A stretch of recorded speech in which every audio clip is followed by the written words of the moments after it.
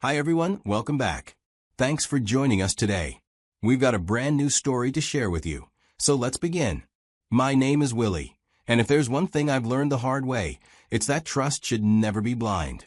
People like to say that love conquers all, but that's not true. Love without trust is just a pretty lie we tell ourselves. It feels good, until the truth tears it apart. Trust is what makes love last. Once it's broken, love means nothing. Not everyone values trust the same way. Some people take it for granted. Some people treat it like an open invitation to do whatever they want, thinking they'll always be forgiven. Trusting blindly in a relationship is dangerous.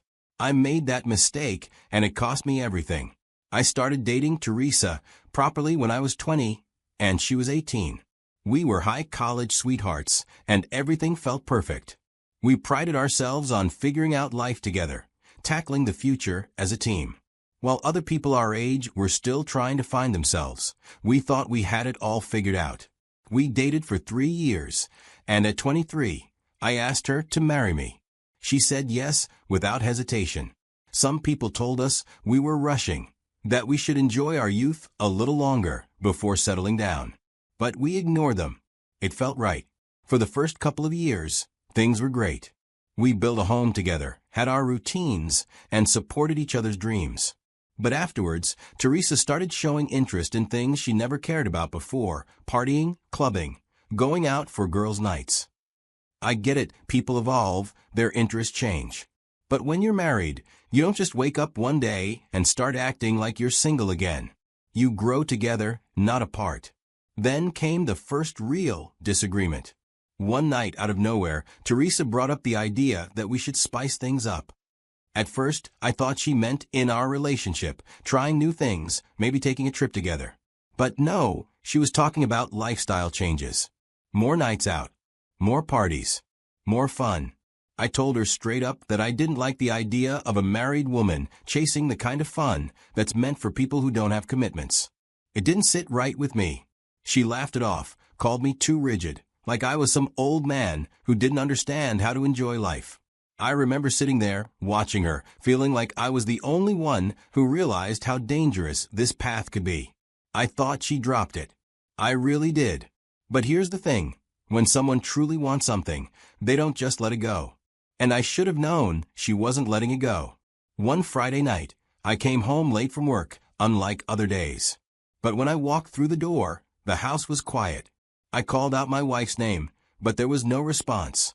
My heart started to race a little. It wasn't like her to not be home when I came in. I grabbed my phone and called her. The phone rang a few times before she picked it up. She sounded like she was caught up in something. "Hey, where are you?" I asked, trying to keep it casual. "Oh, I'm just having drinks with some friends," she said, almost too casually. It didn't sound like she was telling me the full story. But I didn't want to jump to conclusions, so I just let it go. I said, "All right, well, I'll see you when you get back." A couple of hours went by, and I kept myself busy. But by the time it was well past midnight, I was worried. I tried calling her again, but it went straight to voicemail. I could feel the unease growing. Around 2 a.m., she finally stumbles in. I could smell the alcohol on her. She wasn't even walking straight. It was like she had no idea what time it was or what was going on. I stood there, just staring, trying to make sense of what I was seeing. "Where the hell have you been?"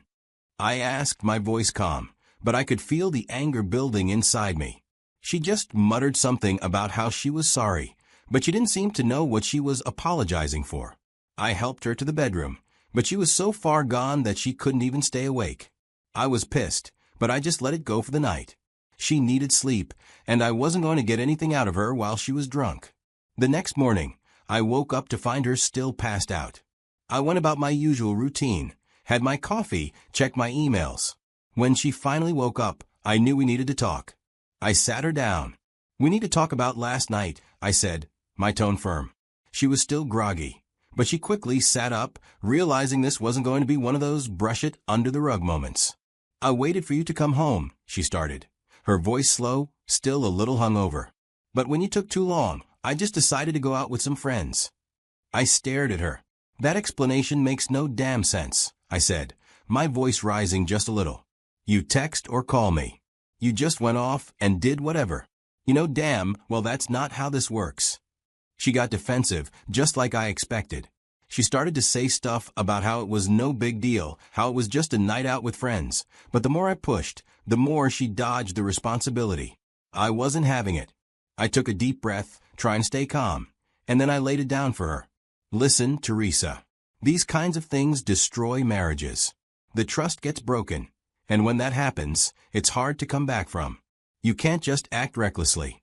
She stared at me for a long time, and I could see the guilt in her eyes, but she didn't say much. Then, finally, she nodded as if she understood. I get it, she said quietly. I won't do it again. I promise. But I wasn't sure if she really got it. And to be honest, I didn't feel like she was owning up to it. I wanted to believe her, so I decided not to push her further. We didn't talk about it anymore that day. I didn't know it at the time, but that was just the beginning of everything going downhill.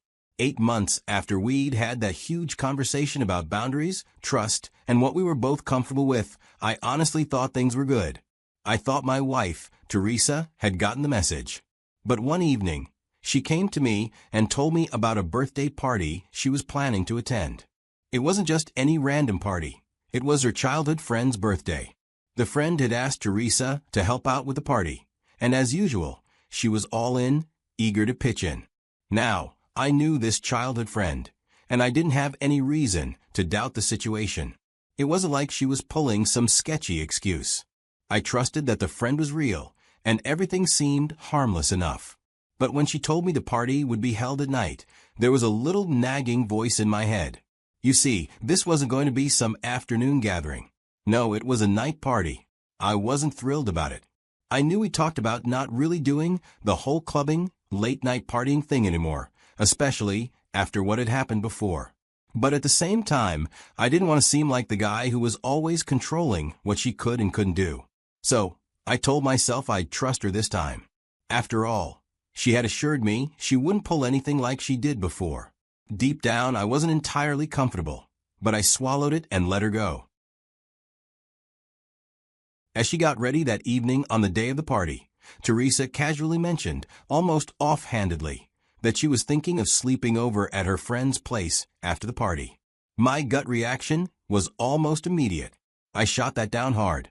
I didn't even think twice about it. I was like, no way, absolutely not. But then, she pushed back a little. It's not a big deal, Willie. Everyone's going to be there. It'll be fun. We went back and forth a little. Finally, after what felt like hours of us going around in circles, we came to a sort of compromise. I would pick her up at 11 p.m. Now, let me be clear, I hated that arrangement. Every part of me wanted to tell her to just stay home, but I also didn't want to come off as some paranoid control freak. So I agreed.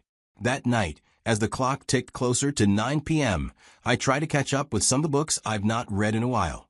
After a while, I decided I needed to do something. I figured I'd take a trip to the mall, get some fresh air, walk around, and clear my head before heading to pick her up. But when I got there, the mall was already closed. It was 10 p.m. I still had time before I was supposed to pick her up, but I didn't want to drive all the way home just to turn around and go back out again. So, I told myself I'd just swing by the party. I didn't expect anything crazy. And, well, that's where things went from bad to worse. I pulled up to the party. The music was blaring even from outside. I debated sending my wife a text, telling her I came a bit early, but then I thought, what's the point? I am already here. As soon as I entered the house, the first thing that hit me was the smell, alcohol, and sweat mixed with cheap cologne and perfume. People were milling about everywhere, some on the couches, some standing by the bar in the corner, and there were even more people in the kitchen. After seeing how packed the party was, I needed to know where Teresa was, and I didn't plan on wasting time. I spotted the birthday girl near the front of the room. She looked happy, a bit tipsy, and I figured I'd ask her. We exchanged pleasantries, and I got straight to it. Hey, have you seen Teresa? I'm here to pick her up. She smiled, half distracted, and said, Oh, she was just here. She went toward the living room. I nodded and made my way through the crowd. I asked a girl standing near the living room if she had seen Teresa. She didn't hesitate before saying, Oh, she went to the restroom. All right, that made sense. So, I headed down the hall toward the restroom. But the further I walked through the house, the more it felt like a different world. I passed a couple making out in the hallway, barely aware of the world around them. I saw a door ajar, and from inside, I could hear sounds I didn't need to hear. People were having sex, loudly, just on the other side of the wall. But I kept my head straight, blocking it all out. All I wanted was to find my wife and get the hell out of there.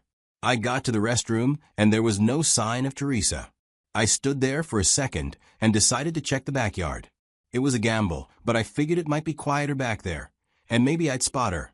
I made my way through the back door and into the yard. That's when I saw two figures standing in the dim corner of the yard, tangled together. My mind went blank for a second. I didn't know what I was seeing, but I knew one thing for sure. I never thought, not for a second, it would be her. And then I heard her softly moan. It was unmistakable. I froze. I knew what I was hearing, what I was seeing, and yet my brain couldn't fully process it. I didn't know when I called her name. Teresa. She immediately jumped away from the guy she was with. Her eyes went wide, and her face flushed with the most intense shame I'd ever seen. For a moment, she just stood there, not knowing what to do, not knowing how to fix what she had just been caught doing. I turned around without another word and left. I wasn't going to stick around to hear the excuses, the explanations. She had already made her choice. Teresa didn't come home until hours later. I didn't care who dropped her off, whether it was her friend or the guy she'd been with. It didn't matter anymore. She stepped inside, but the moment she opened her mouth to speak, I stood up, grabbed my phone, and picked up the books I'd been reading earlier. Without a word, I walked straight to the guest room. I wasn't going to sit there and listen to her excuses. The next morning, I left for work earlier than usual. I didn't want to deal with her, and I couldn't stand being in the same house. For the next week, I barely acknowledged her existence. She called. She texted. She blamed everything on the alcohol, said she didn't know what happened, and promised she'd never go to a party again without me. I wasn't buying it. I didn't care for the apologies or the promises. It wasn't just the party. It was everything that led to it. I finally responded to one of her messages, just one, and I kept it simple. I warned you. I told you that kind of fun comes with problems. That week was tough, but I was done. One evening, I called her to talk. I wasn't sure what I was expecting, but I knew what I had to say. I looked her straight in the eye, and I told her, let's end this. Her face went pale. She begged me, swore she would change, said she couldn't live without me. But I already knew what my answer was. My mind was made up. The trust was gone, and once you lose that, it's impossible to get it back. I wasn't going to live the rest of my life like that, always wondering, always doubting. I was too young to be stuck in a relationship that left me questioning everything. And deep down, I knew I would never see her the same way again. The sobs, the pleading, it didn't move me. I walked away from her, and I didn't look back. I went to bed that night, staring at the ceiling, replaying everything that had led up to that moment. I thought about how we had gotten here. But in the end, I knew I couldn't fix what was already broken. I reflected on all of it. That night, I made peace with the decision. There was no turning back now. If there's one thing I've learned from everything that happened, it's this. Love isn't enough. Yeah, I know it sounds cliché, but it's the truth. Love can be the foundation, sure, but trust is what keeps everything standing strong. Once that trust is gone, whether through a mistake or betrayal, nothing is ever the same. You can love someone with all your heart, but if you can't trust them anymore, that relationship starts to crumble. You'll always question their every move, their every word. And believe me, once trust breaks, it's nearly impossible to rebuild it to the way it was before. So let me share my major takeaways from this whole experience, just in case it helps anyone out there who's watching. First, if your partner starts craving that single lifestyle again, take it seriously. You know what I mean, going out, partying, staying out late, doing things they didn't care about when you first met. That's a red flag. Maybe at first, it seems innocent, like they just want to have a little fun. But when it becomes a habit, that's when it starts messing with the balance of your relationship. Teresa wanted to act like she was still in her 20s, living carefree, like we were still in high school. And I should have seen it coming. I should have addressed it sooner, because once someone starts pulling away from what you built together, it's a slippery slope. Second, never ignore your gut feeling. I felt something was off when she started going out more. I had a feeling in my gut that she wasn't being entirely honest with me about what she was doing or where she was. I should have trusted that instinct. Your gut doesn't lie, and I ignored mine. Trust yourself when something doesn't feel right. If something feels off, there's probably a reason for it.